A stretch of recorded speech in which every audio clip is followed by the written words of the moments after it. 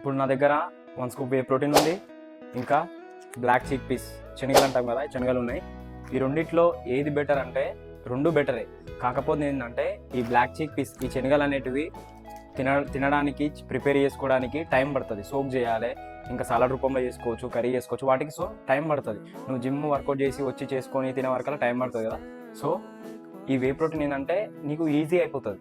నువ్వు దీన్ని ఏం చేస్తావు, 200 ml వాటర్లో మిక్స్ చేసుకొని ఇమీడియట్గా తాగేస్తావు కాబట్టి తొందరగా అబ్జర్వ్ అవుతుంది బాడీకి.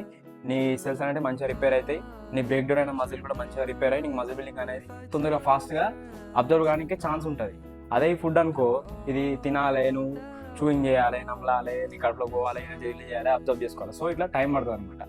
ఇప్పుడు మనం అందరం ఆఫీస్లోకి వెళ్ళాలి, మనకు బయట పనులు ఉంటాయి, ఈ ఫిట్నెస్ అనేది ఒకటే కాదు కదా.